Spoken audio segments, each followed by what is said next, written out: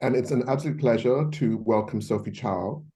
Sophie is an anthropologist based at the University of Sydney with a special interest in environmental anthropology and environmental humanities. Before taking up her post, she worked for an Indigenous rights organization, Forest Peoples Program. And her recent book is absolutely wonderful. It's won awards. It appeared from Duke University Press, and it has the title In the Shadow of the Palms. It's ethnography, it's activism, it's post-colonial studies, it's post-humanism, and much else besides. So I think we're going to have a wonderful, wonderful presentation. It's really excellent to have Sophie Putney because the Circle's co-interest is history and historiography, but we're very, very keen to engage in an interdisciplinary way with the fields that we represent. So I think that would be of interest to all of us as well. So this session is going to be recorded because various people are unable to join at this time, but we won't be recording the Q&A, which follows directly after Sophie's talk. So Sophie, over to you. Thank you for agreeing to speak to us. Wonderful. Good morning, good afternoon, and good evening to all. Thank you so much for being here. It's a real honor and a real gift to be in conversation. I'm speaking to you this evening from the unceded lands of the Gadigal people of the Eora Nation in Australia, where I work and live. And I want to begin by offering my respects to Gadigal elders, past, present, and emergent, and to Gadigal kin, human, vegetal, animal, and elemental. I also want to acknowledge in this moment the Indigenous Marind peoples of West Papua, whom I've had the immense privilege to learn from and think with over the last decade, and whose ways and words I will attempt to do justice to in this talk. Words of acknowledgement go hand in hand with words of thanks, and I want to extend gratitude to a number of individuals within the Pacific Circle. Firstly, Sujit Sivasundaram for inviting me to give this lecture. I want to thank Sebastian Krupa for the organizational labor that went into making this online event possible. I want to thank former presidents of the Pacific Circle, Warwick Anderson and Roy McLeod, who were the first to introduce me to the Pacific Circle back in early 2019 when I was a postdoc under Warwick's mentorship. And I also want to thank Peter Hoffenberg. I don't know if you are with us, but if you are, thank you for your tremendous work in spreading news on Pacific-related research through the phenomenal resource that is the Circle's bulletin and newsletter. Certainly one that has expanded my own intellectual horizons through exposure to the critical scholarship being produced by fellow Pacific Circle members. So as Sujit intimated in his introduction, my research to date has focused on the intersections of ecology, indigeneity, capitalism, health, and justice in the Pacific, with a particular ethnographic focus on the Indonesian occupied region of West Papua. This research forms the core of my recent book, In the Shadow of the Palms, which was published mid-2022, and which draws on 18 months of ethnographic fieldwork that I conducted on the Papuan plantation frontier, first as a human rights advocate and subsequently as a doctoral and postdoctoral researcher. The cover of my book is on the top left there, comfortably lodged between Achille Mbembe's Necropolitics and Sarah Besky's The Darjeeling Distinction. And I wanted to show this slide because it really speaks to the ecology of thinkers and practitioners who have inspired the book in so many ways. So in this talk, I'm going to draw on elements of In the Shadow of the Palms, which in broad terms examines the complex, creative and critical ways in which Indigenous Marind peoples in lowland West Papua theorize, experience and contest the adverse impacts of industrial oil palm expansion in the teeth of settler colonial occupation and amidst rapidly unraveling more than human life worlds. In exploring these questions, the book very much contributes to a renewed convergence of multidisciplinary interest in recent years on the topic of the plantation, both as a material form and as an enduring logic.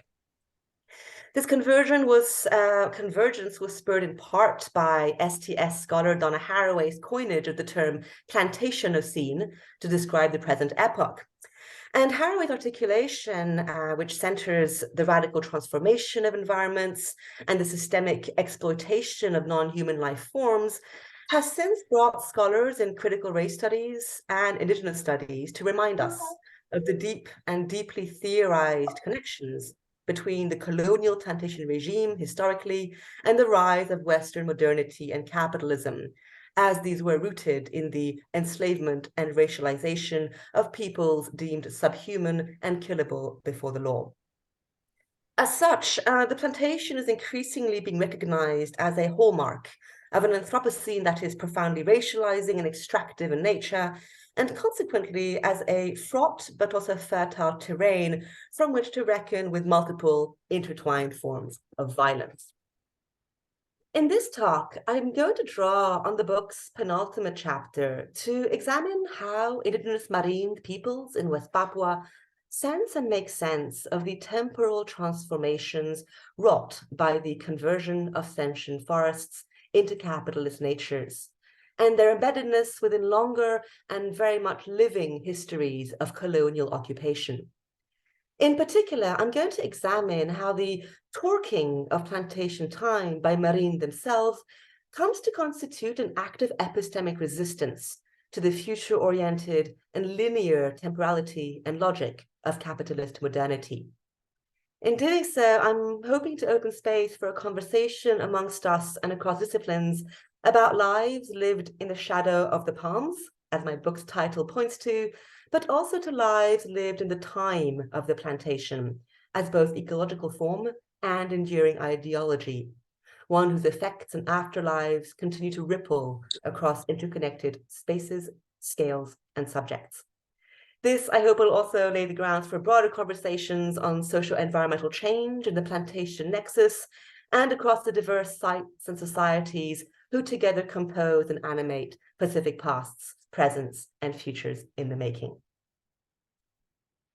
So I'm taking you traveling this evening to the Regency of Merauke, which is located at the southern tip of the Indonesian-controlled region of West Papua on the western half of the island of New Guinea. The villages where I undertook 18 months of fieldwork lie along the upper reaches of the Bian River in rural Merauke, and they're home to around 600 households who self-identify as Marind of the Bian River, Marind Bian, or Marind of the Forest, Marind the Egg. Each Marind clan, or Bawan, in this area is related to a group of forest species, whom they call their grandparents, Amai, or siblings, Namek, and with whom they share common descent from Dema, or creator spirits, who are said to have fashioned human and more than human bodies out of a primordial mud at the beginning of time. The interactions of Marind and their non-human kin are anchored in principles of exchange and care. Plants and animals grow to support their human relatives by providing them with food and other resources, and in exchange, humans must perform songs and rituals as they encounter plants and animals in the forest, recall their stories, hunt, gather, and consume them. These reciprocal acts of nurture are said to enable humans and non-humans to share skin and wetness, a Marind expression that refers to the exchange of life-sustaining fluids achieved through physical interactions. For instance, exchanges of sweat, blood, and saliva amongst humans and animals, and sap, resin, pith, water, and mud amongst vegetal and elemental life forms. It is these exchanges of skin and wetness that are said to enable all beings to coexist within what anthropologist Eduardo Kohn calls the forest as a sentient ecology. Since 2008, marine communities inhabiting the upper reaches of the Bian River have seen vast swaths of their lands and forests targeted for conversion to industrial plantations under a 2 million hectare agribusiness scheme initiated by the Indonesian government to promote the country's self-sufficiency in basic foodstuffs and exports, including timber, sugar, and oil palm. At the time of writing, over 30% of Marind's forests had been felled to make way for monocrops without landowners' free prior or informed consent. Ranging from 20 to 300,000 hectares each, oil palm plantations today creep right up to the edges of the villages, encroaching on sago groves, hunting zones, sacred graveyards, ceremonial sites, and undermining the intimate and ancestral relations of skinship that Marind entertain with forest beings. These projects are also routinely framed in corporate and government rhetoric as key to the development, pembangunan, of West Papuans themselves, from backward, impoverished, forest-dependent tribes into modern, civilized citizens and subjects of the Indonesian nation-state. Very early on during my fieldwork in Merauke, I was struck by the ways in which my Marind companions would describe to me the arrival of oil palm into their lands and into their forests. Oil palm, my friends would tell me, was a modern totem that had made time come to a stop. The forest, they explained, had become a world of straight lines, haunted by a rapacious plant being. Cassowaries and crocodiles were said to be turning into plastic and weeping like humans as their native habitats disappeared. At night, oil palm depleted the flesh and fluids of dreamers in their sleep through harrowing nightmares that people described as being eaten by oil palm. In the day, the skin of animals and plants was said to be drying out as oil palm sapped wetness from the earth and devoured the forest. Oil palm expansion then appeared to be radically reconfiguring Marind's sense of place, time, and personhood, their bodies, their stories, even their dreams. It affected men, women, and children who, together with their forest kin, appeared to be undergoing a more than human existential crisis, one that left no single sphere or species of life untouched. All of these transformations were in turn unfolding in a world that many of my friends described as abu-abu, a word that means both grey and uncertain.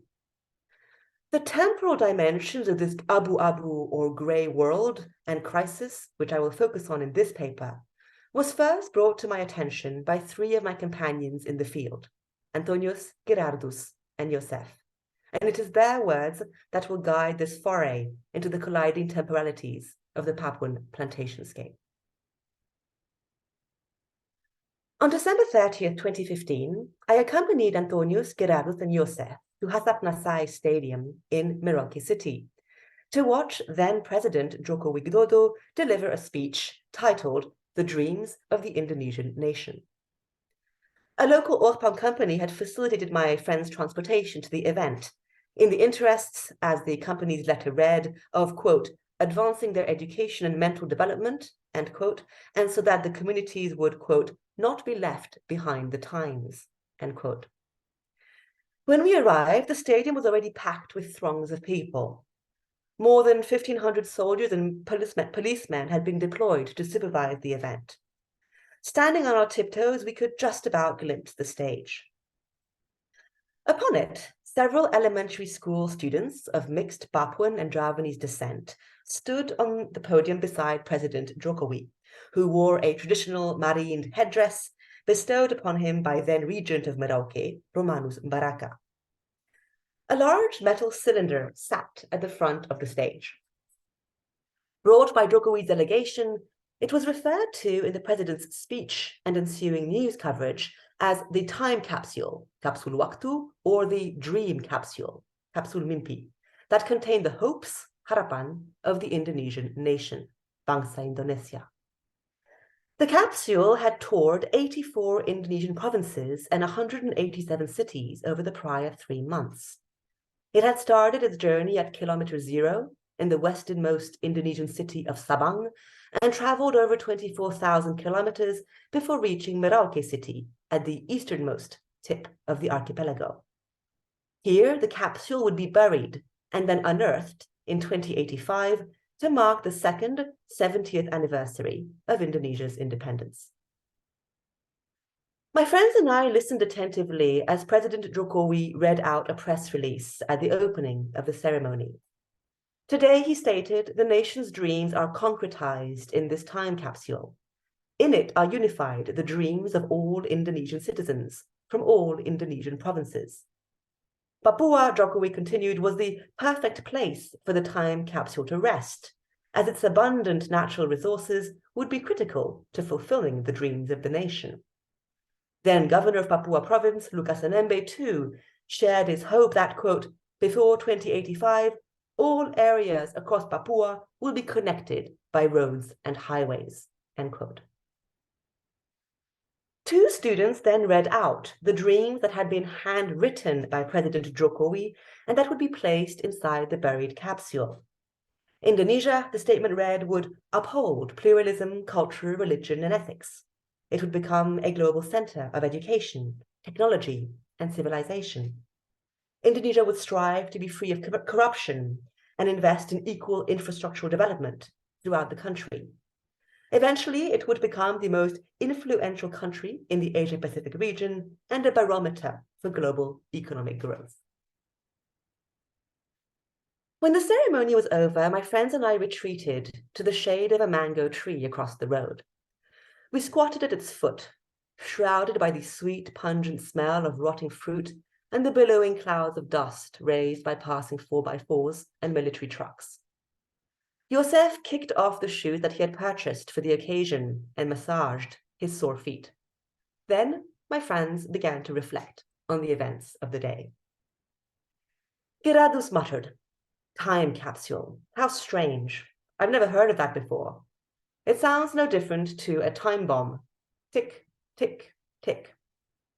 Wiping the sweat off his forehead, Josephus replied to Gerardus, "Tua, elder, you know it's all about politics. Just getting people together, giving out some free food and drinks, and pens that work just long enough to sign a land deal with the oil palm bosses. The time capsule is about connecting Indonesia through time and through the Indonesian homeland, Tanah Air, a symbol of the nation." To this, Gerardus scoffed and replied, "There are no dreams to be had if time has come to a stop. Hope cannot exist if time has stopped. It's funny that the time capsule should end up buried in our land. Oil palm has eaten up time. Because of oil palm, time has come to a stop. Papua, a land rich with natural and cultural resources, says Jokowi. A land rich with oil palm, he means. A land where time doesn't move. What do they expect by 2085, when 2085 may never come?" "Your words are true, Tua," Yosef said, smiling. "But those are the words of little people, orang kecil. No one listens to us, curly-haired, black-skinned ones." Sitting beside me, Antonius, who had remained silent, was tracing palms in the dust with his forefinger. He looked up and added, "What is Lucas, the governor, thinking? That highways will make time come back? We have seen enough of roads. The roads bring only oil palm and settlers." Yosef turned to me and added, "Namuk, child, did you know that the government calls oil palm the tree of hope, Pohon Harapan? I heard it from the head of spatial planning. And yet the forest is gone. The forest is our past. If the forest disappears, then what future is there for Marind and our Amai? Time is in the forest, not in capsules. How can you hope when there is no future and when the past is lost?" My companions sighed and shook their heads. We stood up to leave. Yosef slapped the dust off his shoes and begrudgingly put them back on. Then he muttered, "A time capsule, a time bomb, you mean? Tick, tick, tick, tick, tick."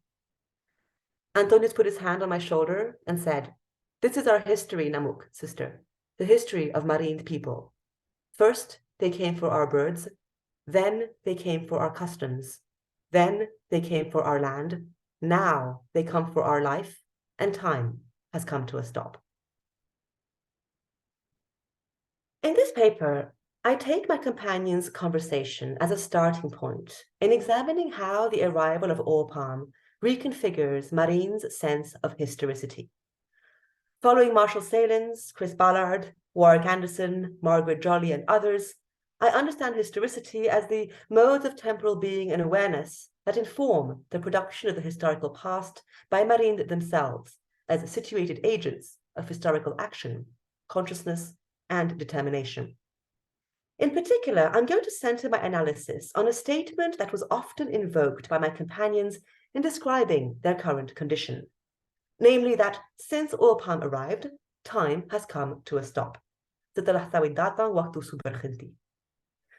This statement sits against a broader distinction that my Marind friends make between two modes of historicity: mythical time, zaman mitos on the one hand, and historical time, zaman sejarah on the other. Philippe, an elder from Bayao, explained the difference between mythical and historical time to me as follows. The time of myth, he said, is a time of giving. It is everywhere. It is in the colors of the forest and the cry of the rao, the black-crested bulbul. It is in the taste of sago, the ripples of the water, and the notches of bamboo trees. The time of myth is like a noken, or fiber bag, woven out of sago strands. Its threads flow through each other. The story of anim, humans, and anai, plant and animal kin, are woven together. Like the noken, the threads of the time of myth are all different, but they are strong. They support each other. In comparing interspecies relations in mythical time to the interweaving threads of a sago fiber bag, Philippe's words bring to mind the characterization by Tongan Fijian poet and scholar Epeli Ha'ofa of Pacific temporalities as cyclical or spiralic rather than linear, enmeshed with the temporalities of one's natural environment. In the Upper Bian region of Merauke, these relational temporalities encompass the fashioning of plants, animals, and humans by ancestral spirits, and their enskillement in the arts of hunting, fishing, swimming, and flying. During mythical time, living organisms, human and other, made their first journeys across the landscape, imprinting it with shared stories that are remembered to this day in the form of orally transmitted sagas and songs. The time of myth, as Philippe described, is a time of mutual giving across species lines. It is associated with creation, growth, and learning, and it is alive in the landscapes and life forms of the marine world, the spirits of the forest, the plants and animals of the grove, the humans roaming the land, the nourishing soil, and the ebb and flow of the Bian River. The time of history, or Jaman Sejarah, in contrast, ruptures the life-sustaining threads of mythical time. 4 consecutive events characterize the time of history as one of loss, destruction, and plunder, or a time of taking, as Philippe put it. Like my fellow traveler Antonius, many Marind describe the erosive temporality of history as follows. First, they came for our birds. Then they came for our customs. Then they came for our land. Now they come for our life, and time has come to a stop. Echoing Potawatomi nation scholar Kyle Powys White's framing of the current climate crisis as colonial déjà vu, this prevalent statement amongst Marind situates the destruction provoked by oil palm in recent years within a layered history of indigenous subjection to parasitic others who have occupied, exploited, or contaminated marine bodies and environments to the detriment of their mutualistic relations with each other and with forest organisms. The first temporal rupture in the time of history, according to mother of 4 and Bayao villager Marcelina, was triggered by the European plume trade. Raging market demand for birds of paradise feathers from 1908 to the 1920s led to intensive hunting in Merauke and other parts of Dutch New Guinea. Many Marind acted as expedition guides in the early years of the plume trade, their knowledge of the forest ecology allowing bird populations to remain relatively stable. But soon the lucrative plume trade attracted foreign hunters to the shores of Merauke, whose firearms and motorboats made the presence of Marind in expeditions redundant. Hunters invaded sacred sites and groves without regard for local customs. By the time the Dutch authorities banned bird hunting in Merauke in 1922, populations of the prized greater bird of paradise, king bird of paradise, and 12 wired bird of paradise had dwindled dramatically. The spirits were said to have become angry with Marind and inflicted illness and hunger upon them. The birds went mute, Marcelina explained. Time began to lose its voice. Time began to slow down. First, they came for our birds.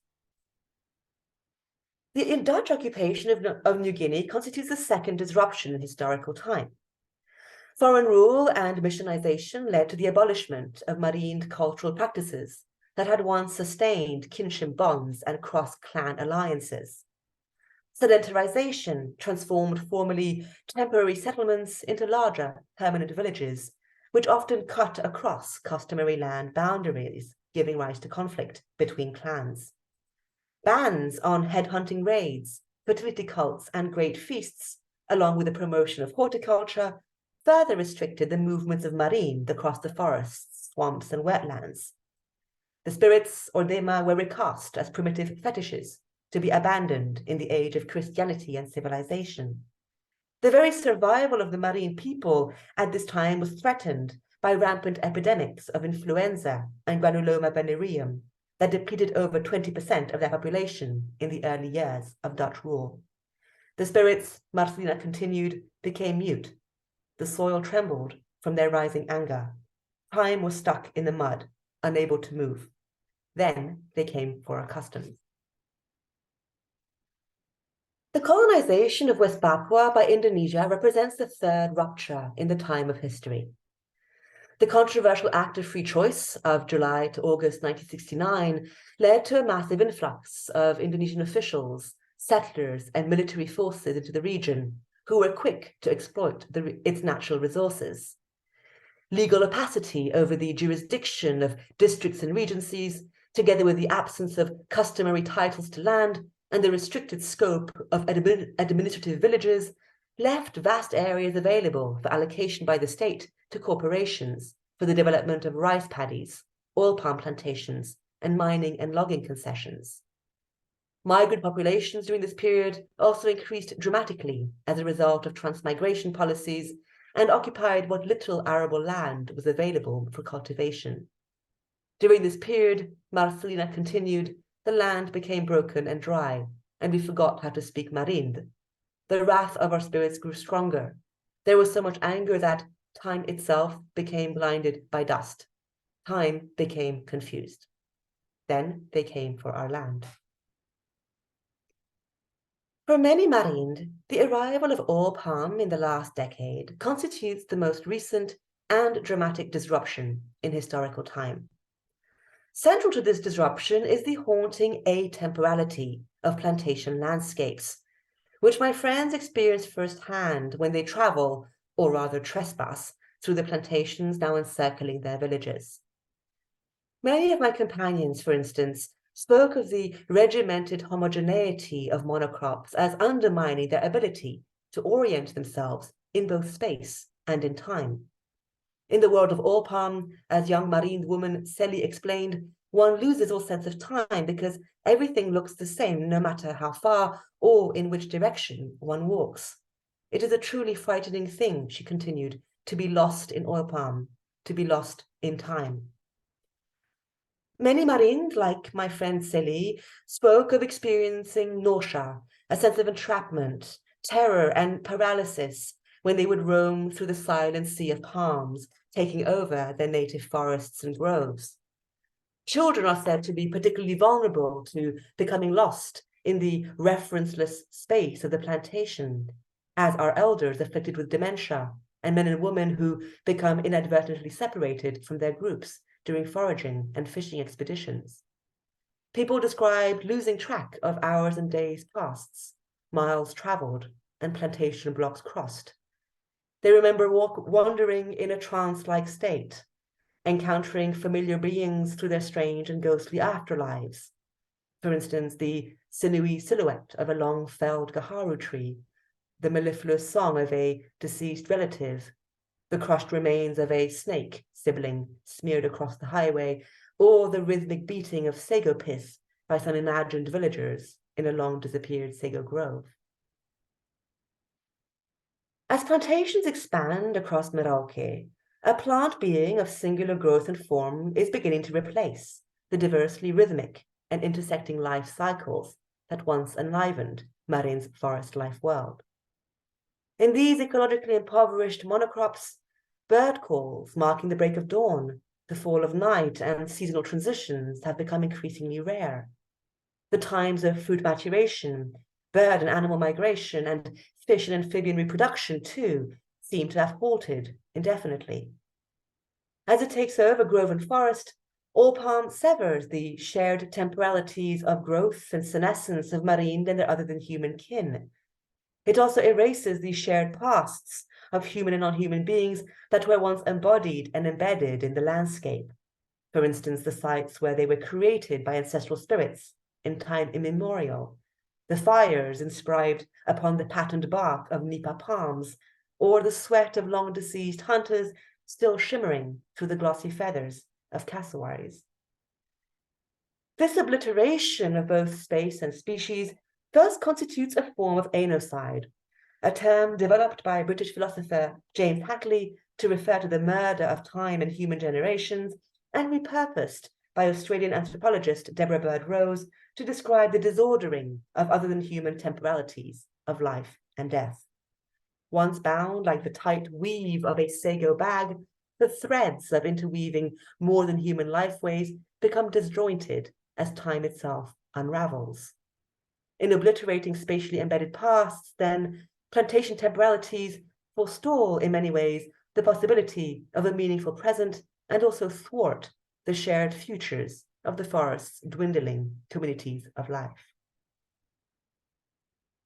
The time-stopping effects that Marind attribute to oil palm and to plantations are further amplified by the plant's own mysterious and often unpredictable temporalities of growth and proliferation. For instance, oil palm has not yet been planted in many areas of Merauke, or is still at the seedling stage. No one in the villages knows how long this plant's maturation lasts, or really understands the stages of its development. The duration of the permits allocated to plantation companies and what happens once they expire, too, is uncertain. Compounded with oil palm's ambiguous temporality of growth is its uncanny tendency to appear in unexpected places and at unexpected times. For instance, many of my friends spoke of new plantation boundaries being erected without the knowledge of customary landowners. Sago stands that once flourished abundantly to the polytemporal rhythm of the lifeways of its symbiotes would be razed overnight. Even areas marked out for conservation by corporations often end up reduced to rubble and ashes to make way for monocrops. At the same time, my Marin friends were quick to remind me that the temporality of the plant of oil palm itself is also governed by humans who decide when it is planted, harvested, felled, processed, and culled. This is a plant that destroys the time of others, but it is a plant whose own growth is dictated through all kinds of biogenetic experimentation, chemical fertilization, and artificial pollination. The plant kills the time of others, but it has no control over its own temporality. It is a being robbed of its capacity to exist as an autonomous subject under the plantation regime. It is a being whose own modality of living and dying is, in Anna Singh's terms, at once infernal and artificial.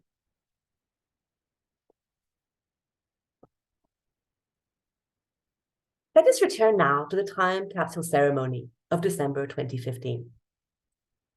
Antonios Gerardos and Josef's critiques of the dreams of the nation, incarnated in the national symbol of the time capsule and furthered in the form of plantations as instruments and infrastructures of progress and development, speak powerfully to the destructive force of modernistic futures inflicted upon Marind and their forest kin by state corporate agendas. The time capsule, as Gerardos put it, is nothing other than a time bomb.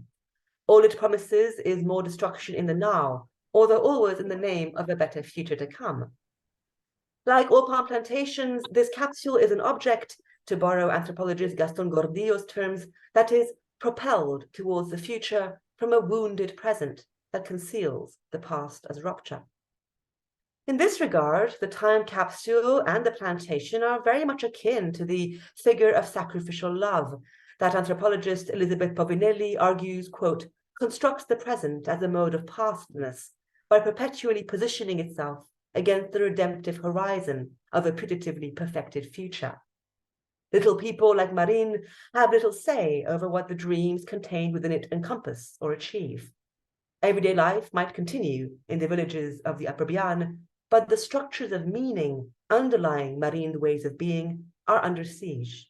Marind, to borrow philosopher Jonathan Lear's terms, are, quote, running out of whens, end quote.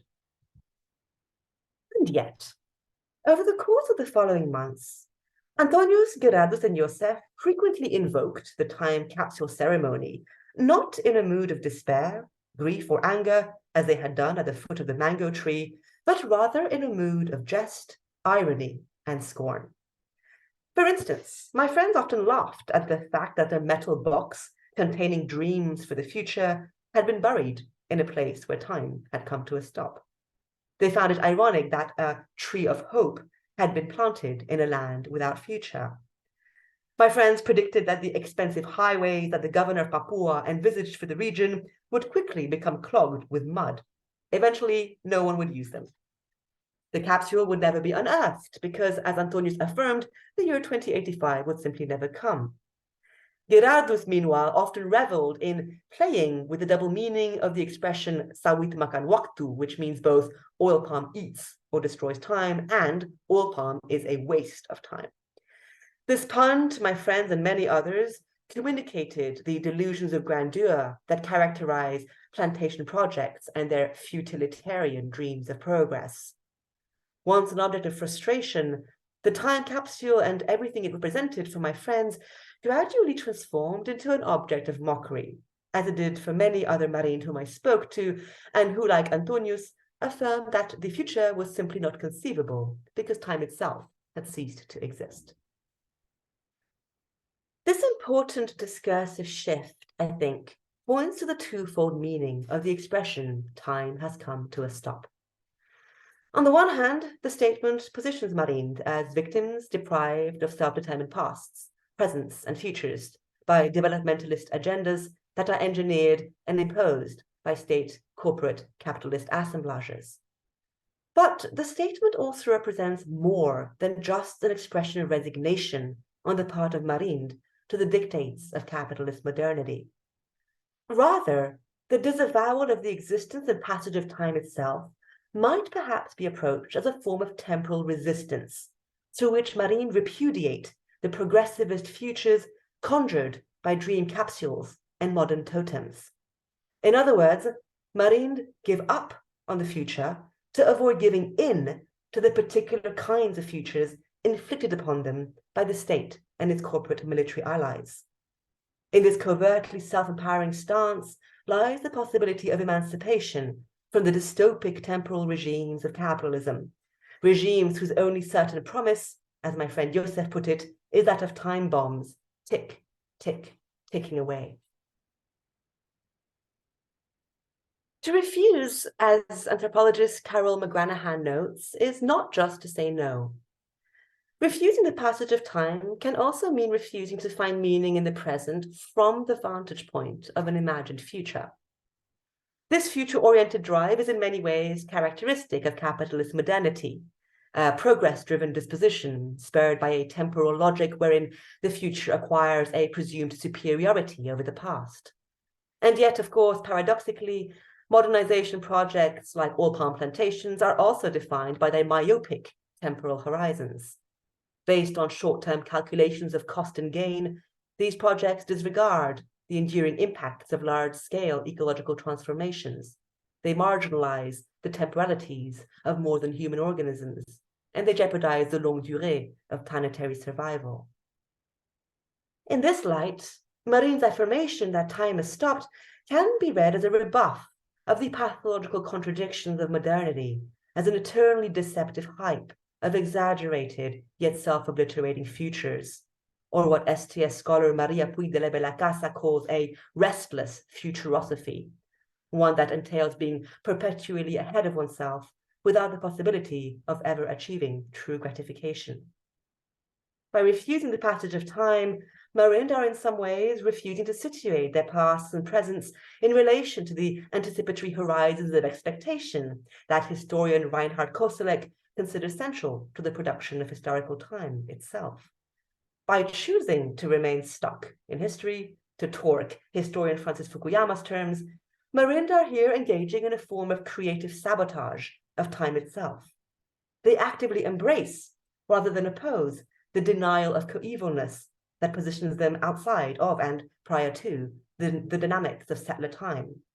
This is a stance of no future, to borrow Lee Edelman's terms, that also constitutes a form of affirmative negativity, wherein the arrest of time is transformed into a provocative form of temporal resistance. In this regard, marine conceptions of time differ from what anthropologist Arjuna Padurai calls the politics of waiting, in that nothing is awaited and no one is awaiting. These conceptions also differ from millenarian beliefs and cargo cults identified in other parts of Melanesia, in that Marind do not envisage radical transformations to come, the return of a glorious past era, or the arrival of material wealth from distant places.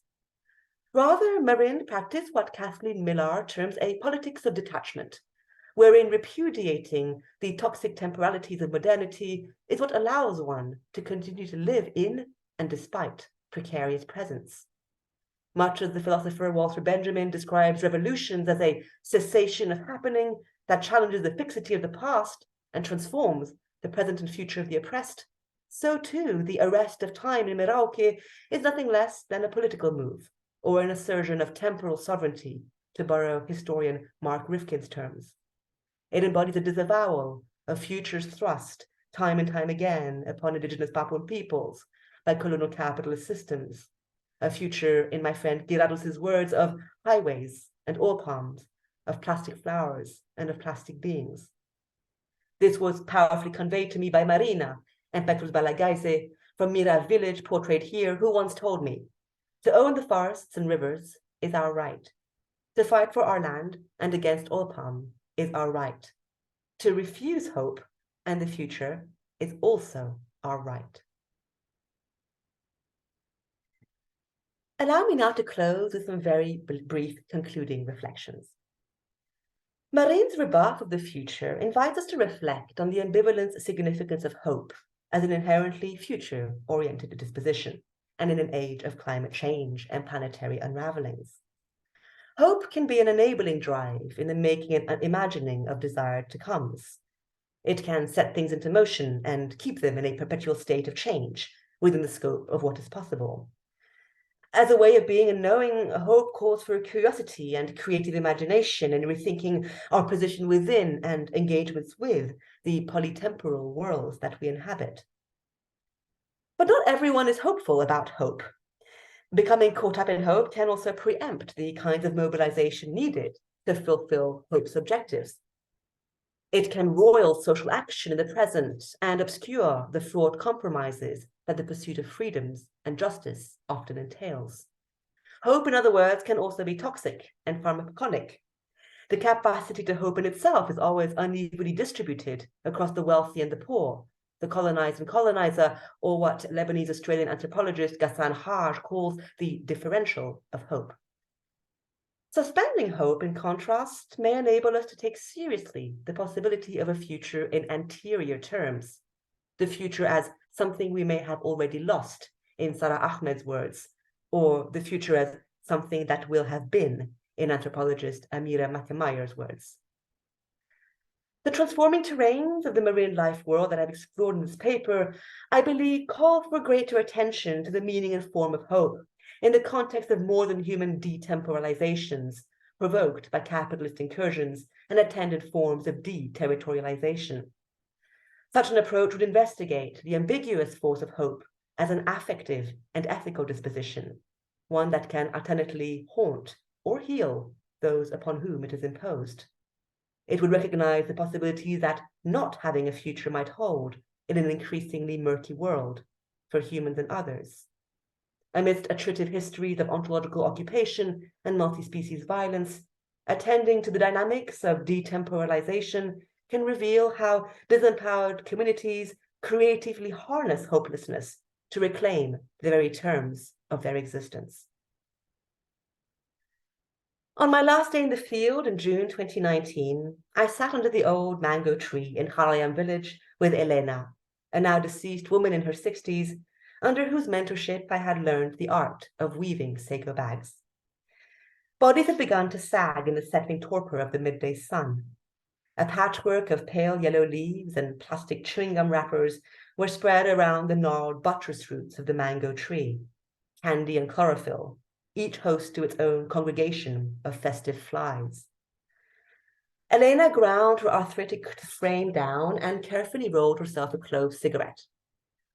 Puffing clouds of the sweet-scented smoke, she turned to me and said, "You have learned many things about oil palm in your time here, You have heard many stories, as many as the threads running through my noken bag here. The truth is, Marind do not know the story of oil palm, but maybe one day oil palm will know us, and we will know oil palm. Then there will be new times to be shared. Then there will be new stories. Then time may become alive again. Elena was one of a handful of villagers who confided in me that although time has stopped, its flow might once again resume. As Elena intimates, the world-shattering advent of monocrops might still give rise to unexpected collaborations that enable more livable shared futures. Budding organismic assemblages may work together to remake the living landscape of Merauke differently. Ecological time bombs might be diffused in time to enable explosive forms of hope that are more equitably distributed across life forms and landscapes. In the face of hegemonic state and other institutions of power, refusal in the now may constitute a creative way of making other kinds of hope possible in the future. In the meantime, multi-species patches of forest will remain precious refuges of praxis, growth, and memory for Marind like Elena, Celi, Marcelina, Antonius Gerardus, and Joseph, who insist that they will continue to bring their children to the forest so long as the forest is still standing. But plotting plantation futures in the blasted landscapes of West Papua will also require that Marind find ways to relate to and better understand the needs, growths, and stories of oil palm itself, a plant whose presence currently undermines the very possibility of multi-species hope. Whether and what and for and by whom that future can be will depend as much on Marind's attempt to know oil palm as on the plant's own willingness to look back in mutual response and respect. Then, and only then, time will tell. Thank you.